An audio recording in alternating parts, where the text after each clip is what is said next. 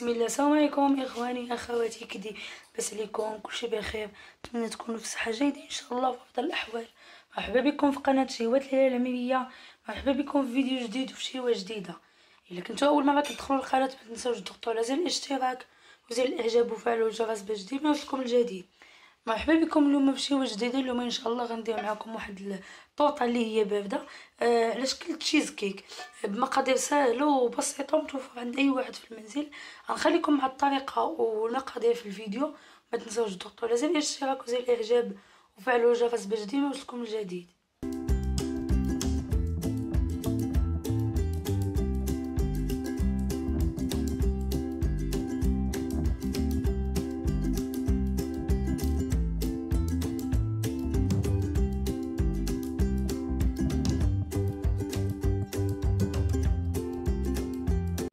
بسم الله. بالنسبه للمقادير شنو غادي نحتاج؟ اول حاجه عندي هنا خديت انا الكيكه، يعني ماشي بالضروره يكون عندك بسكوي باش تصايبي تشيز كيك. انا باغا نصايب تشيز كيك وما عنديش بسكوي، غادي نستعمل الكيكه. بقى عندي طريفات ديال الكيكه وانا نفتتهم على هذا الشكل هذا. صافي عندي الكيكه كيف قلت لكم. عندي هنا نص لتر ديال الحليب، عندي الفريز، خديت هنا فريز باش غادي نصايب الكريمه من الفوق. خديت هنا السنيده، عندي هنا لا كريم باتيسيير، عندي هنا كونفيتور باش غادي نعجن هاد الكيكه، وعندي هنا فلون. بالنسبه للكيكه كيبقى الاختيار ديالكم، تقدروا تعجنوها بنيستلي اولا بدانون اللي عندكم، اللي باغيين بالشكلاط بالزبده، كيبقى داك الاختيار ديالكم. انا غادي نعجنها بالكونفيتور. اول حاجه غادي نعجن الكيكه هي الاولى باش نديرها في المول تبرد، عاد نصايب معكم لي كريم اللي غادي ندير.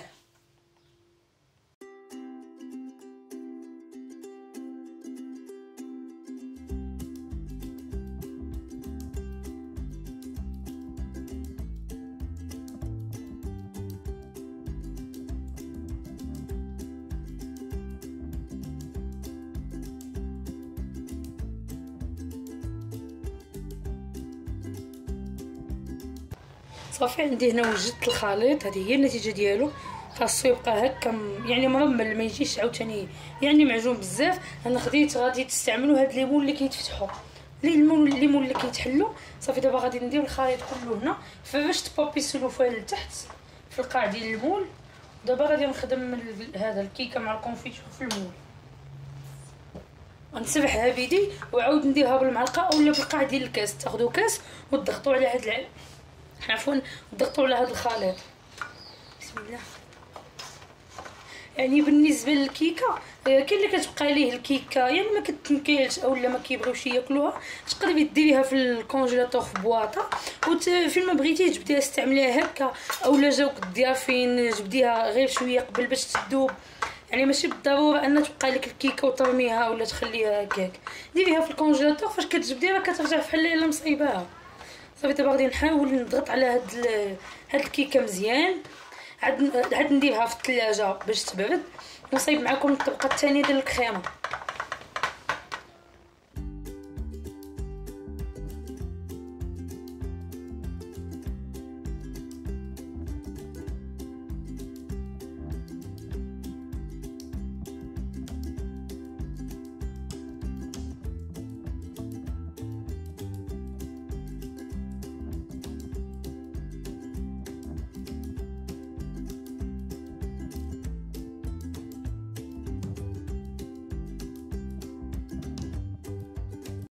صافي صايبت الخليط في المول، درتو في الثلاجه يبرد.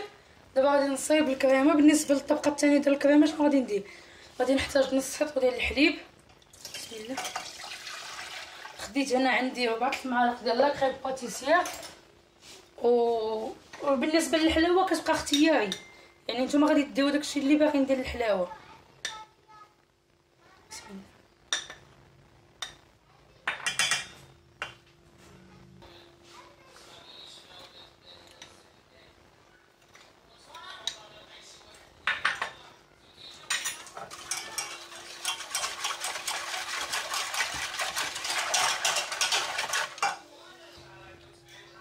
صافي ها هو عندي هنا لا كريم باتيسيير وجدتو طيبتو فوق البوطه. دابا غادي نفرغو فوق من الخليط اللي درت في الطاوه ديال الكيكه مع الكونفيتور. بسم الله.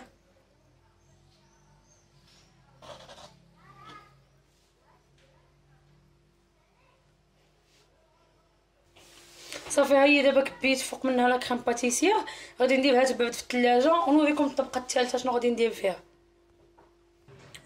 بالنسبه للكريمه ديال اللي غندير في الطبقه الثالثه غادي نحتاج ليها الفريز، غادي نحتاج ليها فريز، عندي الماء، غادي نحتاج ليها فلون. الله اكبر، عفوا سمحوا لي حبس لهذا واحد الاذان. صافي قلت لكم غادي نحتاج الفريز، عندي الماء وعندي فلون، وغادي نستعمل السنيده ولا كريم باتيسير اولا مايزينا اللي متوفر عندكم. اول حاجه غادي نقي الفريز ونقطعو.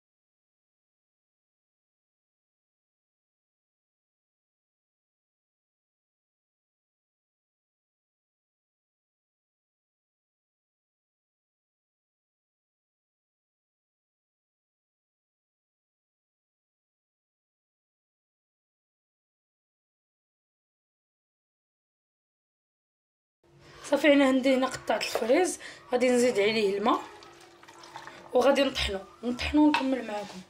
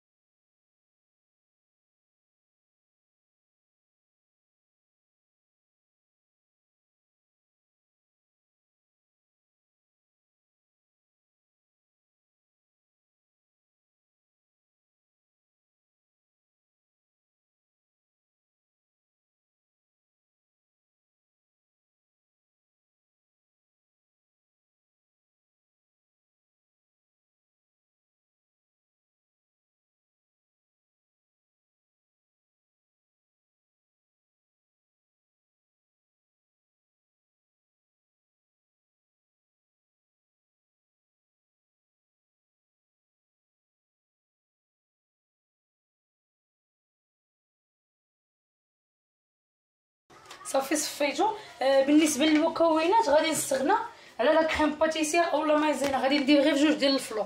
كيف عارفين كلكم لا كريم باتيسير اولا مايزينا كيتقلوا يعني الخليط، كيعطيو واحد الخشوريه وكيغيروا حتى اللون. فضلت انني ما نستعملش لا كريم باتيسير، غادي ندير غير جوج ديال لي فلو عاديين بدون نكهه، اولا اللي بغى يستعمل ديال نكهه الفريز. انا نستعمل فلو عاديين.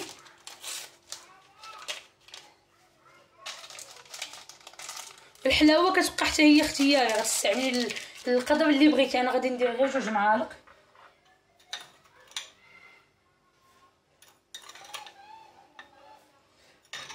صافي غنخلطهم، نطيب هاد الكريمه حتى هي فوق البوطه، عاد نزيدها على الطورطه في الثلاجه. صافي صايبت الكريمه ديال الفريز، هي عندي هنا وجدات. خرجت الطورطه من عفوا الطورطه من الثلاجه باش نديرها. غادي ناخذ صفايه ونكب غير بشويه باش الكريمه ديال الفريز ما تخسرش ليا الكريم باتيسير. حاولوا ديروا هكا، ديروا شبيكه، عفوا سمحوا لي، ديروا شي صفايه ولا معلقه وتكبوا من الفوق. الا كبيتو هكاك يعني كبيتو عادي غادي تخسر لكم هاد الكريمه الثالثه عفوا غادي تخسر لكم الكريمه الاخرى، غادي تنزل فيها وغادي تخسر الديكور. غير بشويه هكا صفايه اولا معلقه حتى تنزل كلها الكريمه على خاطرها. صافي دابا غادي نسالي، غادي نخوي الكريمه كلها هنايا، مني غتبان غنوريكم النتيجه ديالها. صافي خرجتها من الثلاجه، هذا هو الشكل النهائي ديالها. بالنسبه للتزيين كيبقى اختيار ديالكم. كيف لاحظتوا معايا في الفيديو يعني ماشي شي حاجه، ما فيهاش شي حاجه اللي ما فيهاش شي مقادير اللي كثيره اولا مقادير اللي غاليه غير من الكيكه. كانت عندي الكيكه في الدار وكنت صراحه مشهيه الطورطه بارده ولا تشيز كيك. صافي درت الكيكه خففتها شويه بايدي، عجنتها بالكونفيتير ووريتكم المقادير ووريتكم الطريقه كلها. الطورطه اللي هي سهله بزاف وكتجي رائعه ولذيذه وبارده حتى لهاد الجو ديال الصيف. نتمنى الفيديو الشهوه ديال اليوم ينالوا اعجابكم. ما تنساوش تضغطوا على زر الاشتراك وزر الاعجاب وفعلوا الجرس باش ديما يوصلكم جديد. شكرا على التتبع ديالكم، بصحه وراحه.